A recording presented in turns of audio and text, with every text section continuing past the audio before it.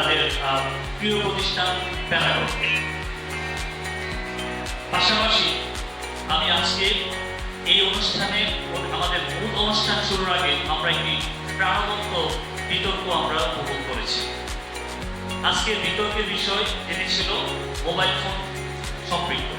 আমার কাছে মনে হয় যে এটি একটি খুবই চমৎকার এবং প্রাণবন্ত একটি বিতর্ক হয়েছে এবং যারা আজকে বিশেষত আমি আনন্দময়ী বালিকা উচ্চ বিদ্যালয়ের যে দলটি ছিল তাদের হাতে একটি চমৎকার একটি ক্লু ছিল তাদের প্রতিপক্ষকে ঘায়েল করার মতো, যে ওরা যখন বলছিল যে প্রাতিষ্ঠানিক শিক্ষার কথা যে প্রাতিষ্ঠানিক শিক্ষা ছাড়া বরং মোবাইল ফোনটাই তাদের মোবাইল ফোনটাকেই তারা প্রায়োরিটি দিয়ে যাচ্ছিল, তখন তারা বলতে পারতো যে আপনারা যারা আজকে এখানে আসছেন, আপনারা কথা বলছেন, আপনারাও কিন্তু প্রাতিষ্ঠানিক শিক্ষায় শিক্ষিত হওয়ার কারণেই আজকে আপনারা এখানে আসতে পেরেছেন, নতুবা আপনারা আসতে পারতেন না। যাই হোক, বক্তব্য সংক্ষিপ্ত করতে হবে সেটি আমি জানি। তো আমি প্যারাগন বিশ্ববিদ্যালয়ের কোচিং সম্পর্কে আরেকটু এক মিনিট বলি, যেটি না বললে নাই হয়। গত বছর এমন একটি অনুষ্ঠানে আমার আসার কথা ছিল, একটি পারিবারিক প্রোগ্রামের কারণে মনটাস্ট হয়ে গিয়েছিল, যে কারণে আমি ওই প্রোগ্রামকে মিস করতে হয়েছিল। এই বছর আমি খুব ডিটারমাইন্ড ছিলাম, যখন আমাকে ইনভাইট করেছিল যে আমি বলেছিলাম যে আমি আসবো ইনশাআল্লাহ। কারণ এখানে আমারও বেশ কিছু স্টুডেন্ট রয়েছে যাদেরকে আমি নিজ হাতে একেবারে 3-4টা বছর পড়িয়েছি, যারা তাদেরকে আমি রাসেল সাহেবের হাতে দিয়ে আমি বলেছিলাম যে তাদেরকে আপনার হাতে দিয়ে যাচ্ছি। তারা প্রত্যেকেই বিশ্ববিদ্যালয়ে চান্স পাওয়ার মতো যোগ্যতা রাখে, প্রত্যেকেরই যোগ্যতা রয়েছে।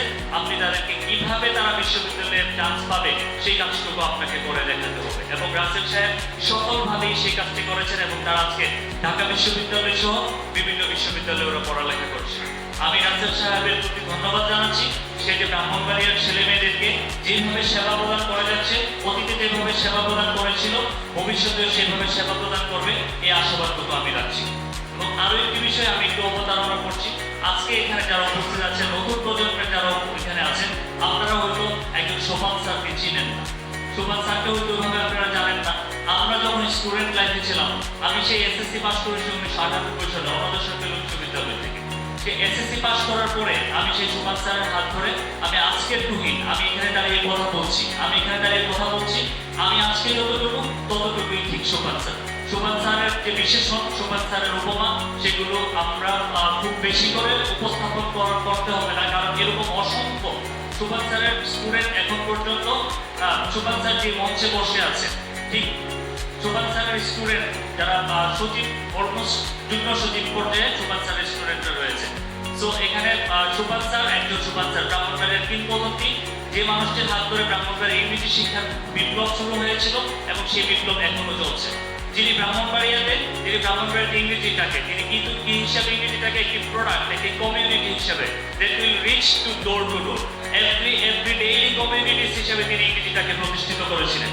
যে আমরা প্রতিদিনের নিত্য প্রয়োজনীয় যে জিনিসপত্রগুলো আমাদের প্রয়োজন হয়, ঠিক একই রকম ভাবে ইংরেজিটা একটা প্রোডাক্ট হিসেবে, একটা কমিউনিটি হিসেবে তিনি ডোর টু ডোর তিনি পৌঁছে দিয়েছেন। He has reached English to every door and door, every nook and corner of Brahmanbari. Still he is working relentlessly for the betterment of the people of Brahmanbari. He has established a language classroom.